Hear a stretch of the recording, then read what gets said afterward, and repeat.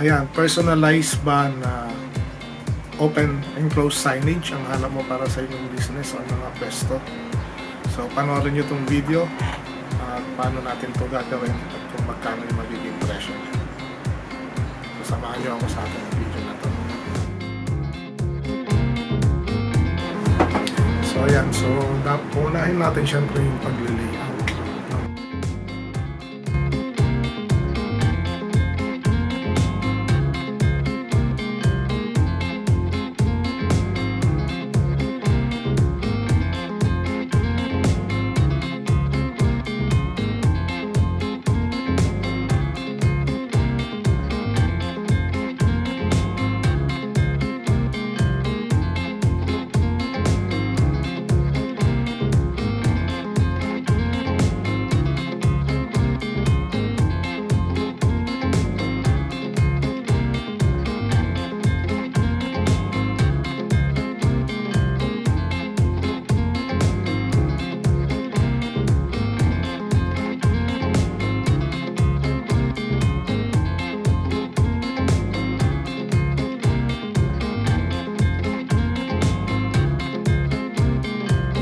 So ayan, print na natin siya.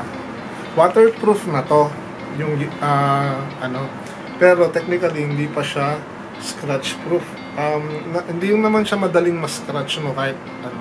Pero para maging mas matagal siya, maging scratch proof at mas maging waterproof pa siya at maging fade proof na rin at dust proof yung ating printing, lalagyan natin siya ng lamination.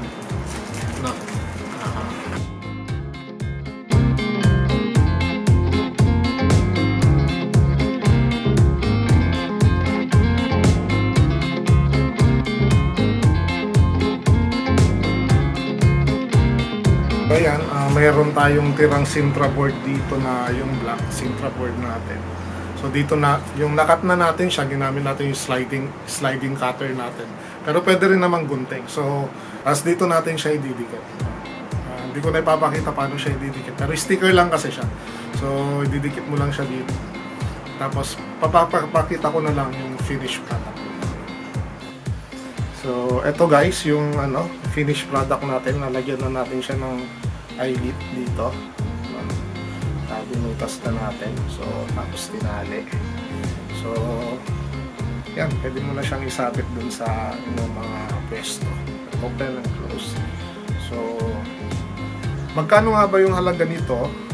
Depende po kasi siya sa size and sa material na mga gagamitin. Pero it ranges from 120 above.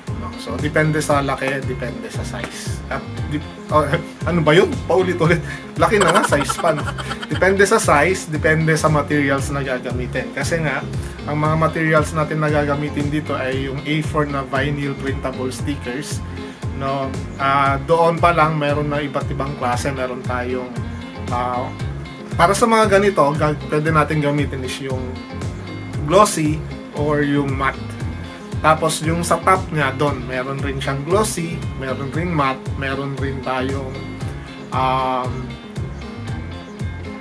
glitter effect or holograph effect, yung parang may rainbow, meron rin broken glass.